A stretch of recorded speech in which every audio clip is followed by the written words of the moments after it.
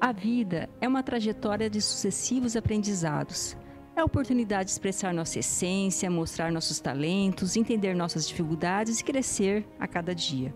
Mas a vida é única? O que somos e sabemos hoje é resultado apenas do que aprendemos desde quando nascemos ou tem algo mais? Este é o MinemoCast, o podcast da Consecutivos, instituição sem fins lucrativos dedicada às pesquisas científicas de vidas passadas. Olá, sejam bem-vindos ao novo episódio do MinemoCast. E hoje nós estamos aqui com o professor Pedro Fernandes, para a gente falar um pouco mais a respeito das pesquisas pessoais, o que levou ele a estudar, a se interessar pelo tema de seriexologia. Seja bem-vindo, Pedro. Obrigado, Michele. Agradeço a oportunidade aqui e vamos em frente. Vamos em frente, então vamos lá.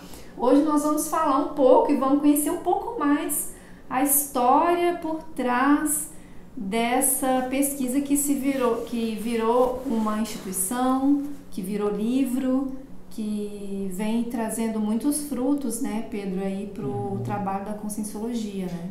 É engraçado você falar isso, porque na época eu jamais imaginaria, né, quando eu comecei a voluntariar em 1991, eu ainda me considero, mas enfim, já mudei bastante, mas eu era muito mais fechado, muito mais tímido, muito mais na minha, e realmente as coisas foram aos poucos, foram crescendo, e hoje o nível de informação que a gente tem, né, de responsabilidade é realmente muito grande. Cresceu muito, né? Você imaginava isso?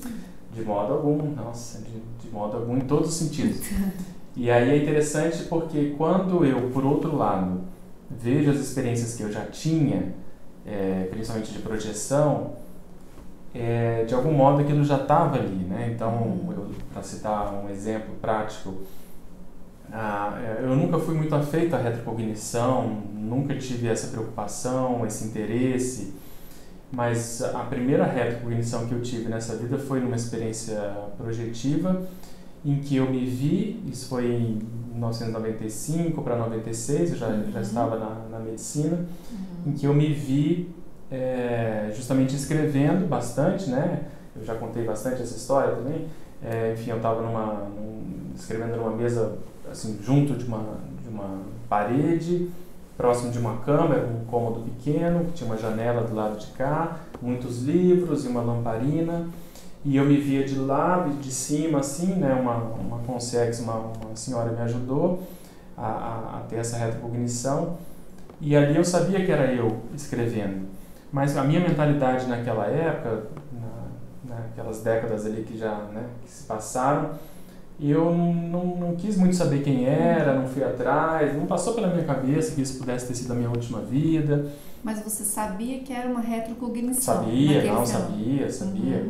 Sabia, porque essa experiência ela foi muito, vamos dizer assim, complexa no sentido de prolongada.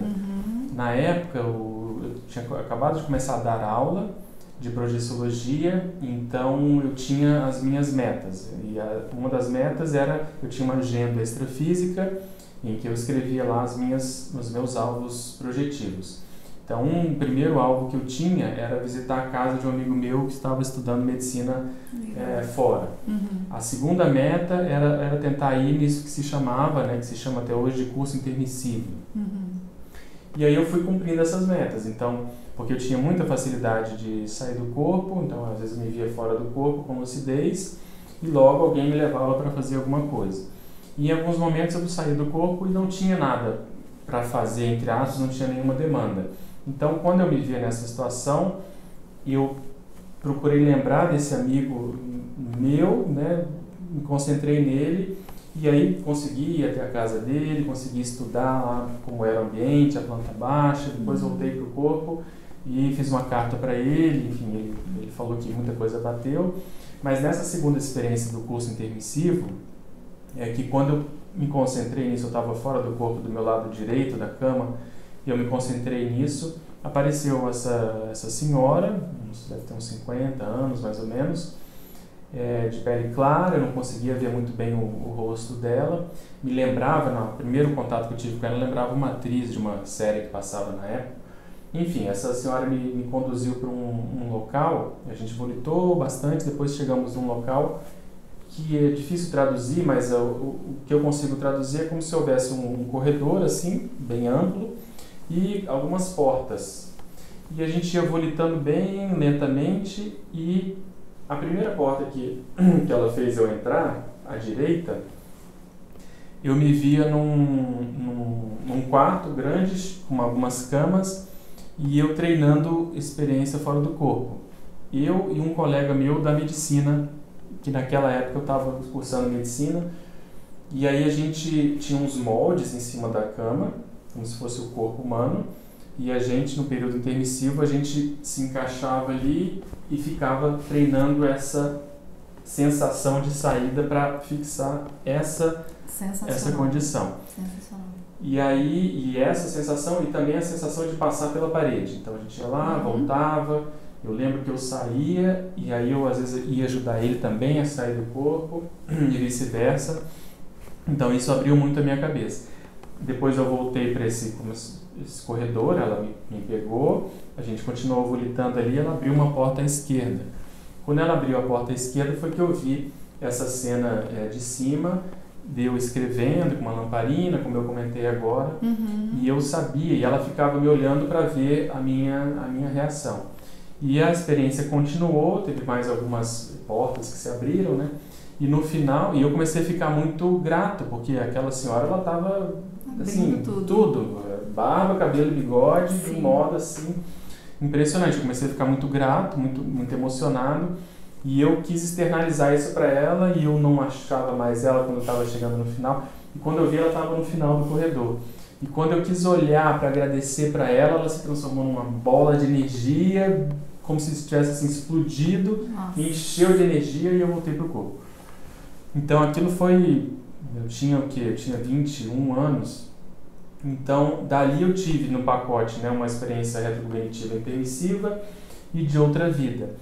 E o mais impactante para mim foi, não foi nem essa experiência que hoje, porque quando eu vi a foto do Littré em 2009, eu conectei uma coisa com a outra, era a mesma imagem que eu vi, né?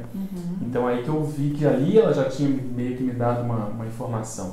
Mas naquela ocasião, o que mais me impactou foi saber que um amigo meu, que eu entrei na medicina, aí se formam uns grupos, a turma é dividida. Na anatomia você ganha um armário para dividir com um colega. Então esse colega foi o colega que eu fui sorteado, a gente ficou no mesmo grupo de dissecção, a gente tinha uma série de afinidades e coincidências impressionantes. E aí que eu comecei a pensar como é louco isso, como que às vezes você tem situações na sua vida que são óbvias, tá ali claro que aquilo tem uma raiz mais profunda, mas que a gente às vezes não dá conta. E aí eu fiquei com aquela informação para mim, falei, puxa, mas como que eu vou falar para essa pessoa que a gente trabalhou antes de ressomar, que estava nesse curso intermissivo, que estava treinando projeção, e eu deixei quieto. Um belo dia, passaram-se alguns meses, a gente estava fazendo um trabalho de neurofisiologia na casa dele, com um grupo, e lá pelas tantas, e as pessoas sabiam que eu era do Instituto, porque eu já era do Instituto antes de ser da medicina, né, antes de começar a fazer medicina, 5 anos antes. E aí, nesse dia, resolvem me perguntar sobre projeção, sobre os meus fenômenos, e eu começo a falar. Só que esse colega, que era o dono da casa, não estava, ele estava cuidando, acho que da comida, estava na cozinha. E começamos a conversar, eu comecei a abrir o jogo das coisas que a gente fazia, porque eu coordenava, daí a pouco comecei a coordenar o instituto, enfim, eu era muito engajado. Lá em Brasília. Estudo em Brasília. As pessoas sabiam, por que você não foi no churrasco, por que você não fez isso? Porque eu tinha que dar aula, estava no instituto, estava não sei aonde. Então eles começaram a perguntar. No que eu estou falando, esse colega volta da cozinha e fala, o que vocês estão falando? Não, o Pedro está contando as coisas dele aí, essas coisas que ele estuda e tal. E aí quando eu comecei a falar que eu saía do corpo, esse meu amigo falou, nossa, mas desde pequeno que eu tenho isso, só que eu morro de medo. Nossa, eu acordava chorando e minha mãe e meu pai não sabiam o que fazer, e aí eles me levaram num centro espírita e cortou toda a minha projeção, não falava assim, né? Cortou toda essa minha condição, e ele falou, e eu dei graças a Deus, porque era muito chato. E eu falei, mas eu não falei nada, né, do que eu tinha visto com ele, Mas aí eu tentei explicar, eu falei, não, veja, eu também tinha muito medo, porque quando eu era menor, eu tinha muita catalepsia, né? Quer dizer, você acordar e não conseguir se movimentar, você tinha medo de dormir. Tudo isso eu passei e falei para ele. Eu falei, mas tem um lado bom. Você, quando sai, você tem uma sensação de liberdade enorme, você pode, teoricamente, né, fazer o que você quiser, ver outras situações, encontrar pessoas que já faleceram, ver o que você se preparou para estudar nessa vida, enfim. Então, só que ele falou, não, eu tive um trauma, eu não quero mais saber disso. E aí, convivendo com ele, a família era de base religiosa e ele entrou na medicina com 17 anos, ele era muito precoce, muito inteligente. E ao mesmo tempo ele foi se transformando num líder do movimento juvenil dentro da Igreja Católica. Então você vê bem um perfil assim, de um ex-líder do passado, de alguém que tinha tudo para ser um inversor, por exemplo, né, se estivesse na nossa comunidade. E aí, enfim, aí as vidas foram se separando, agora, mas pelo menos ele sabe o que é, ele não tem dúvida. Agora é interessante, porque hoje você é um médico que se interessa pela escrita, pela erudição, pelo processo de escrita em si. E a gente vê isso toda a conexão com o teu passado, né? Pela pesquisa do Littré, pelo teu livro, né? Aqui é interessante a gente mostrar para o pessoal o Homo Lexicógrafos, que é uma coautoria, né? Do Pedro e da Jaqueline. Até quando você foi falando da sua retrocognição, o ambiente, o clima, foi descrevendo, me lembrou um pouco essa foto aqui. Sim, né? Essa foto ela traduz muito, vamos dizer, a angústia um pouco do lexicógrafo e dos eruditos de tentar encontrar uma palavra mais adequada, uma ideia, alguma coisa que possa descrever melhor aquilo que ele está sentindo. Né? Você acha, Pedro, que assim isso contribuiu no seu caso para você passar pelo processo do fenômeno, que muita gente passa, porém ir além do processo do fenômeno, ter a cognição e tentar compreender um pouco mais esse fenômeno, chegar no processo da retrocognição e aprofundar isso? Você diz o processo mental somático da erudição? Eu acho que sim, sem dúvida, porque a base, vamos dizer assim, que te ajuda a ficar mais tranquilo fora do corpo é justamente uma base mais racional. Porque quando você está fora do corpo, como o corpo é emocional, né, o psicossoma ele é emocional, qualquer reação mais exacerbada do ponto de vista emocional, a experiência ela começa a ficar comprometida. Ou você volta para o corpo, ou aquilo se confunde e tal. Então você ter uma base intelectual maior, de cognição, de querer saber, de estudar mais, ajuda em todos os sentidos em ter os fenômenos e principalmente durante o fenômeno. Quer dizer, você tentar não atrapalhar o fenômeno, você tentar tirar mais partido dele. Depois do fenômeno também você interpretar de modo adequado. Então eu vejo que sim, é fundamental. Então, de modo didático, talvez seja preferível a pessoa ir do mental soma para o parapsiquismo do que às vezes do parapsiquismo para o mental soma. Quer dizer, é mais difícil a pessoa, acho, fazer esse caminho, que acho que ela tem que ralar mais. Eu acho isso, você acha que didaticamente é o que eu percebo. Dentro do que você já entende da tua pesquisa e olhando a sua vida atual e olhando também a vida do Littré, que você também conhece, você acha que o que é maior no seu caso, o processo parapsíquico ou o processo mental somático? Daria pra gente eu acho que sim, lidando com as informações de hoje, é mais o processo mental somático. Saber uma vida, conhecer uma vida passada, ajuda muito, porque você tem um referencial ali. Mas a gente tem que lembrar que são milhares de vidas, então também a gente não pode, vamos dizer assim, limitar a análise ali. Por que eu falo isso? Porque olhando a vida do Littré, ela se encaixa muito na minha, quer dizer, um homem positivista, cético, intelectual, médico, negócio de ajudar os outros, político também, então é bem esse pacote. Mas me estranha muito o desenvolvimento parapsíquico que eu tenho, porque eu sempre achei, eu nunca dei muita importância para isso, assim, sinceramente, mas com o tempo eu fui obrigado, até com a convivência com o professor Valdo, ele puxou minha orelha algumas vezes nesse sentido, de assumir mais isso, e principalmente porque isso não é tão comum. Eu sempre achei que fosse comum ou que eu fosse da média, que todo mundo tem, os fenômenos, não que eu, né, que eu tenha assim, um grande parapsiquismo. Mas eu me convenci de que ele é um pouco talvez acima da média e que eu tenha que assumir mais essa situação. Enfim. Então quando eu vejo isso, eu fico pensando, será que isso é de uma raiz anterior?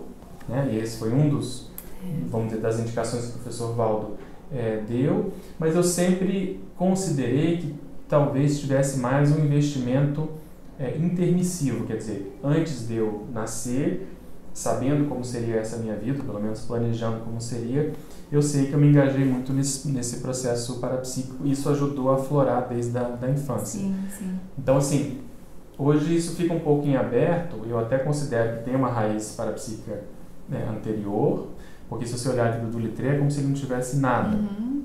Então, a Sirex não é assim, a gente não vê é só, linear. numa linha. Então eu deixo em aberto, mas enfim, respondendo a sua pergunta, eu acho que a raiz mais profunda, mesmo assim, é do processo intelectual. Não consideraria que seja do processo parapsíquico, mas... porque destoa muito, né? Vamos problematizar um pouco aqui, né, pessoal? Nós não estamos aqui também, queremos instigar o professor Pedro, puxar aí um pouco mais de informações, porque chama atenção a precocidade em que você teve determinados fenômenos e isso não atrapalhou a sua vida. A gente vê muitas crianças e adolescentes que às vezes começam a ter fenômenos, começam a ter algum tipo de parapsiquismo e isso atrapalha demais a vida. Esse caso do amigo meu eu sei que vai me dar problema fora do corpo quando eu dessomar, né? Espero que antes disso a gente tenha condições de, enfim, de ajudar de algum modo. Sim. Por quê? Porque há uma tendência da pessoa ficar na auto-mimese, repetir uma coisa que a gente já fez. Então, a vida que ele está tendo hoje é a vida próxima a um colega do Littré, quer dizer, um médico fora de série, está ajudando os outros, mas talvez não tenha nenhuma grande novidade, né? Então, eu concordo com você, quer dizer, o Mental Soma ele ajuda nisso.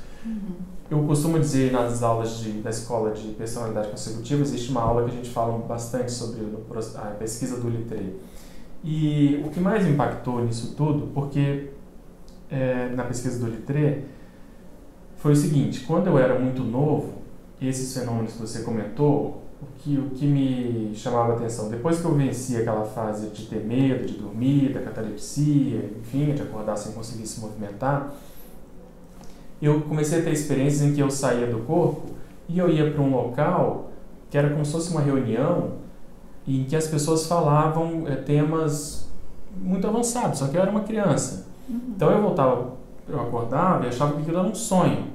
E eu falava com a minha mãe, mãe, a gente não sonha, a gente pode assumir outra forma, tipo, a gente pode ficar velho, a gente pode... Porque nesses sonhos eu me transformava em um adulto e discutia com coisas de adulto no meio de uma reunião, às vezes era como se fosse um anfiteatro, e eu ficava olhando aqui e falando, mas será que são amigos do meu pai, que eu estou aqui, mas esse corpo, e aí eu acordava, e aí eu não entendia, perguntava para minha mãe, ela falava, não, isso é sonho. Isso ficou na minha cabeça como um ponto de interrogação. Convivendo com o professor Valdo, ele trouxe, né, a maioria das pessoas da Conscienciologia conhece, aquela questão do pandeiro, quer dizer, né, o pandeiro foi uma comunex transitória em que haviam reuniões extrafísicas em que se tratava de assuntos ajudando as pessoas que iam trabalhar com Conscienciologia principalmente, elas fixarem aquelas ideias para poder, na hora de nascer, ou que já estavam aqui, para elas poderem lembrar dessa condição. E eu sempre considerei, sim, eu posso ter tido essa experiência, será que esses sonhos que eu tinha eram experiências no pandeiro? Isso ficou assim, porque na minha cabeça ficava um pouco confuso.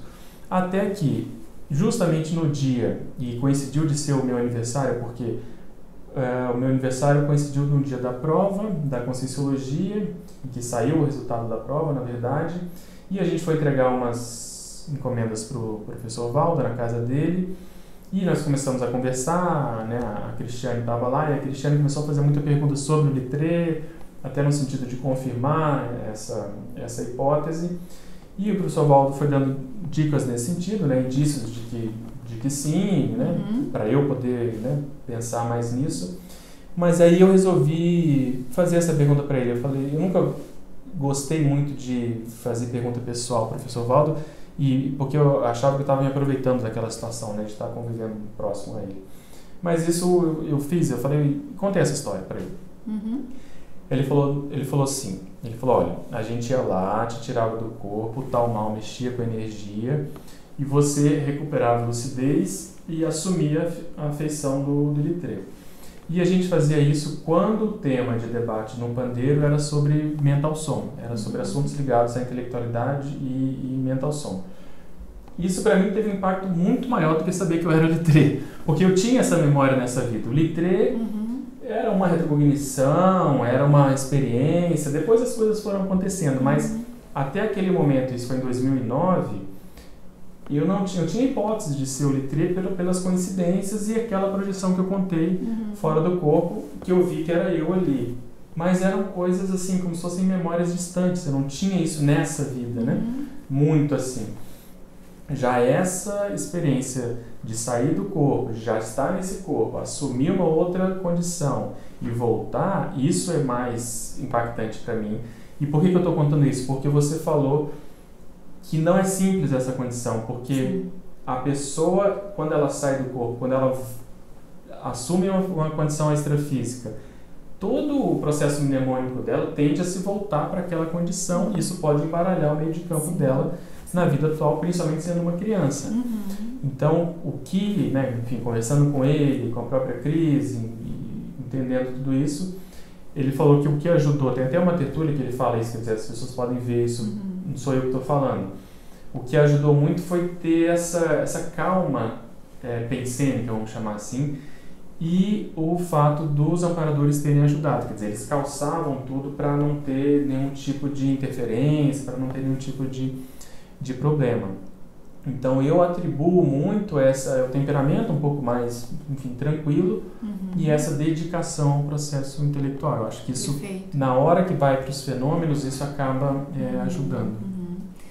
E Pedro, por que estudar serexologia? Quando que você descobriu na prática a importância disso? Foi com o Littré? Foi antes? Como é que foi para você? A gente sempre soube isso, mas de modo teórico, né? Então, assim, na conscienciologia, isso é um pilar do paradigma consciencial, mas ao longo aí da história da conscienciologia, isso não era muito estimulado. E, obviamente, isso tem uma razão de ser, porque quando você estuda o passado, isso tende a mexer muito com o processo emocional, com as pessoas que se conhecem, que conviviam no passado, né? Isso gera repercussões de todos os sentidos. Então, como as instituições, e principalmente a instituição, né, o Instituto de Projeciologia, ele estava se formando, o próprio professor Valdo não dava muita força para isso. Para justamente poder a coisa primeiro pegar, né, dar certo, para depois chegar nessa etapa. Quando o professor Valdo mudou para cá, quando outras instituições foram lançadas, quando a nossa comunidade começou a crescer, esse momento foi chegando, porque ele foi abrindo alguns casos de personalidades consecutivas, obviamente que eu não sou o único, e isso foi formando uma massa crítica. Então a serexologia meio que bateu na minha porta justamente com o Littré. E eu tinha uma dúvida, né? Até conversei isso muito com ele, quer dizer, será que eu vou me dedicar mais a essa linha da retrocognição ou mais a linha da lexicologia em função do passado do Littré? Mas a retrocognição, a holomemória, a serexologia, elas têm mais prioridade porque elas vão além, elas pegam o processo parapsíquico, elas vão estudar o processo da memória, elas têm essa condição grupocármica. Então eu vejo que a serexologia, em termos de proex, é justamente, vamos dizer assim, a realização, a concretização dessa pesquisa de um modo prático. É como a gente estava comentando no episódio do Dreyfus, né, do Mnemocast, quer dizer, você pega a serexologia e dá vida para ela, porque você dá nome, a consciência está aí, você está vendo, você tem uma retrocognição que você se reconhece, quer dizer, aquilo é muito vivo. Então, ela começa a ficar mais concreta e você vê a aplicação disso na prática. Um outro exemplo, existem muitos livros e muitas pesquisas sérias sobre vidas passadas, retrocognições, né? Então, só que às vezes falta o quê? Esse link com o processo evolutivo que a conscienciologia traz. com a cosmoética, com a proex, quer dizer, a pessoa vê por que ela está estudando isso, qual o efeito disso na vida atual. Ela não tirar partido financeiro disso, quer dizer, ela fazer assistência de algum modo, esclarecer as pessoas sobre essa realidade. Então a serexologia ela tem a abordagem do paradigma consciencial que é mais avançada justamente em função disso que eu comentei, quer dizer, ela é mais cosmoética, ela é mais isenta, ela quer esclarecer, ela não quer convencer a pessoa. E, por outro lado, a ciência convencional, a maioria ainda nem sequer admite isso, está se batendo com isso ainda, dá o contra, e quem já admite ainda está fazendo só pesquisa meramente convencional, né? Então, acho que a gente está além dessa visão. Sim, está caminhando a passos largos, né?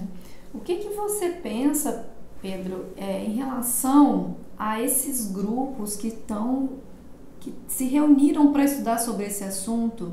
Como que você imagina que vai ser essa turma de sexagenários, de heptagenários? Como que vai ser o envelhecimento dessas pessoas que estão estudando serexologia, que estão se localizando, que estão acertando aí determinadas coisas em termos de proex, de temperamento? Eu acho que sim, entendi. Eu acho que a gente está passando por um gargalo no sentido de poder acessar mais informações nesse aspecto, de abrir mais o processo do passado. Porque justamente quando eu olho para trás e vejo a história da conscienciologia, isso era muito distante dessa realidade. E quando eu vejo o investimento que os amparadores estão fazendo, eu vejo que a gente caminha nesse sentido. E o processo de envelhecimento, por mais que seja complexo, difícil, né? Envelhecer não é fácil, mas ele tem essa vantagem de acalmar as pessoas, de nos acalmar. Então os hormônios eles tendem a ficar mais tranquilos, às vezes a diminuir bastante. E a pessoa que esteja mais engajada, ela vai... O que é engajada? Quer dizer, ela está com a TENEPS dela, ela está com voluntariado, ela está com a docência, ela está escrevendo. Os amparadores estão esperando a chance de poder começar a abrir mais essas informações. Então eu estou fazendo uma pesquisa mais recente que é justamente busca grupocármica ativa. Quer dizer, você ir atrás das pessoas que conviveram com você no passado. Por quê? O caso Dreyfus é exatamente isso. Quer dizer, a gente estava, teoricamente, não estava mais mexendo com essa pesquisa. Isso foi em 2012. Aí no ano passado, em 2018, eles vêm, se apresentam, falam o nome. Isso começa a ter uma série de sincronicidades. A gente começa a ver que, né, primeiro veio o Dreyfus, agora o Clemenceau, teve a sincronicidade com Estrasburgo, nós vamos fazer o evento agora em outubro, então isso é muito maior do que a nossa própria condição aqui. Então, para os amparadores, às vezes interessa fazer com que a gente saiba um aspecto do passado, porque isso vai potencializar a evocação, isso vai aumentar o nosso discernimento, para a gente valorizar mais a nossa experiência, entende? Então, envelhecer nesse contexto, na minha avaliação, significa ter chance de ter mais acesso às informações do nosso passado. E eu sempre repito, nós termos essas informações aqui na dimensão humana vale muito, porque você, depois que dessomar, há uma tendência de você ter mais facilidade de ter essas informações, né? Não significa que a gente vai lembrar de tudo, mas é mais fácil. Agora você, né, a gente aqui na Consecutivos, quebra a cabeça, ajuda as pessoas a pensar na retrosenha, o pensamento analógico que a gente introduziu na metodologia da Consecutivos ajuda a pessoa a encaixar uma vida passada na vida atual. Quer dizer, você vê que é a mesma pessoa, só que num contexto às vezes diferente. Então ela precisa ter esse pensamento analógico para ela poder entender como que a Seriex funciona, né? Pelo menos um padrão geral da Seriex. Então, o envelhecimento vai proporcionar isso. Não, e a gente vê desculpa te interromper, mas a gente vê muitas cirurgias de destino, né? Através do estudo da Seriex. Então, as pessoas mudando, mexendo com temperamento, mexendo com reciclagem, mexendo com grupos que elas sequer pensava que iria mexer nessa vida. Isso é o máximo, porque a vida humana, na média, o objetivo dela é justamente camuflar as pessoas, né? Esquecer para ela poder ter uma nova oportunidade. Então, isso é o basal. Aqui nós estamos indo contra essa tendência, contra essa corrente, Então a gente está já em condições de poder olhar nos bastidores. E aí acontece isso, quer dizer, a pessoa tem uma experiência retrocognitiva, ela começa a se ver de modo completamente diferente, no bom sentido. Ela ajusta um pouco o ponteiro da bússola, ela vê as pessoas com outros olhos, então ela tende a ficar mais lúcida para com essa realidade atual. Então essas cirurgias de destino, elas são um fato, quer dizer, e é o ideal, porque aí a pessoa pode olhar a programação existencial dela com outros olhos, eu acho que um olho mais assim realista, sabe? Sim. O que ela tem que fazer. Então você vê, só para a gente fechar, o caso do Littré, se fosse perguntar para mim antes do Littré, eu não diria que eu teria escrito tanto, ou que eu teria feito os dicionários que eu fiz. Então você vê que há uma ilusão, há assim uma ignorância muito grande. E aí é uma tendência da gente fazer menos, da gente se cobrar menos, né? Da gente exigir menos da gente mesmo. Então quando você sabe um pouco mais do passado, você se apruma mais, você fica mais impertigado e tende a ir mais direto no que interessa, né? Ajustando as suas prioridades. Sim. Você poderia citar, tipo assim, 3 coisas que você mudou na sua vida depois que você começou a estudar o Littré? A primeira delas é você olhar um trafó que você tem e dar mais valor. Perfeito. Então, a escrita, quer dizer, Ótimo. eu preciso domesticar esse corpo para ele escrever, porque a vida atual não ajuda na intelectualidade. Então, você precisa ir contra essa tendência e domesticar. A segunda, aumentou exponencialmente o que eu posso assim, resumir numa inteligência grupal, uma inteligência grupocármica, um senso de grupalidade maior. Quer dizer, eu dou hoje muito mais valor a tudo que é em termos de equipe, de grupo, de coletividade, do que eu dava antes, inclusive nessa própria vida. Então, o Littré me fez ver essa condição. O Littré trabalhou muito sozinho, ele era mais fechado, ele tinha uma equipe pequena, e ele se concentrava muito. Hoje nós temos aqui uma fartura de possibilidades em termos de coletividade. E uma outra condição é uma cosmovisão para o processo do serenismo, quer dizer, aquilo que era muito teórico para mim, o serenão, a consciência livre, você começa a reperspectivar no sentido de que tudo que eu fizer aqui para perder menos tempo, eu vou estar tendo menos vidas na frente. Eu vou precisar de menos vidas até virar serenão. Isso vai demorar bastante ainda. Mas esse senso ajuda a gente a aproximar mais dessa realidade. Porque se eu não mudo hoje e assumo essa condição, nós vamos vivendo, e aí vai perder a lucidez de novo, e aí vai precisar de tudo de novo. Então, enfim, em outras palavras... Repete-se muito mais. Repete-se muito mais. Quer dizer, levar a sério as técnicas da conscienciologia, isso que eu quero dizer. Você escrever para você mesmo. Eu estava outro dia discutindo com alguns colegas, né, autores.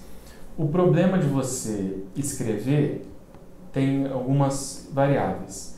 E se foca muito aqui na assistência que se faz, na própria cápsula do tempo. Tudo isso é fato e nós temos que fazer. Mas eu avalio muito também o quanto que aquilo mexe com você, no sentido de você se transformar em uma outra coisa. Então, o esforço que vale a pena, você estudar mais aquele assunto, você fazer uma bibliografia, você comprar um livro, uma fonte para poder qualificar aquele livro, não é só a obra que vai estar qualificada, mas você vai mudar a sua intraconsciencialidade. Então, olhando a vida do Littré, eu vejo assim, o que fica é o quanto que você mudou das suas reciclagens, do que a gente comentou antes, da mentalidade, da renovação consciencial, o quanto que você escreveu, porque é isso que fica, o biógrafo, quando ele vai fazer, ele quer saber se a pessoa escreveu o quê, o que ela pensava, porque vai estar escrito ali, porque né, ele não vai estar lá, e o quanto de assistência que você fez, quer dizer, o quanto que você doou para os outros, o quanto que você ajudou as pessoas de algum modo, em algum contexto, seja um contexto médico, no meu caso, seja um contexto do voluntariado, seja um contexto, sei lá, financeiro, seja o que for.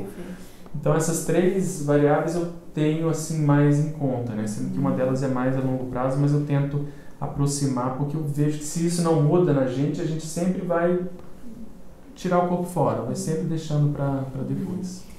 Uau! Não sei vocês, pessoal, mas eu fiquei pensando aqui num monte de coisas. Eu acho que você que acompanhou aqui o podcast, se quiser deixar algum comentário aqui embaixo, alguma pergunta, alguma dúvida, a gente falou um monte de palavras. Eu Sim. não pude parar porque o negócio estava muito engrenado aqui. Me desculpem, mas deixem aqui. A gente vai respondendo, a gente vai traduzindo os termos para quem não conhece. E uma coisa importante que a gente comenta muito na Conscienciologia é: não admita nada do que a gente está falando. Tenha as suas experiências, veja se isso faz sentido ou não, mete o pau, critique, vamos em frente com a pesquisa. A gente não tem nenhum objetivo de convencê-los, pelo contrário, é informar, ver o que você faz com essas informações. É isso aí, perfeito, bem lembrado. É isso aí, pessoal. Então, ficamos aqui por enquanto. Deixa aqui o seu comentário, sua curtida e compartilhe também com quem você achar que vale a pena, tá bom? Muito obrigada e até o próximo episódio.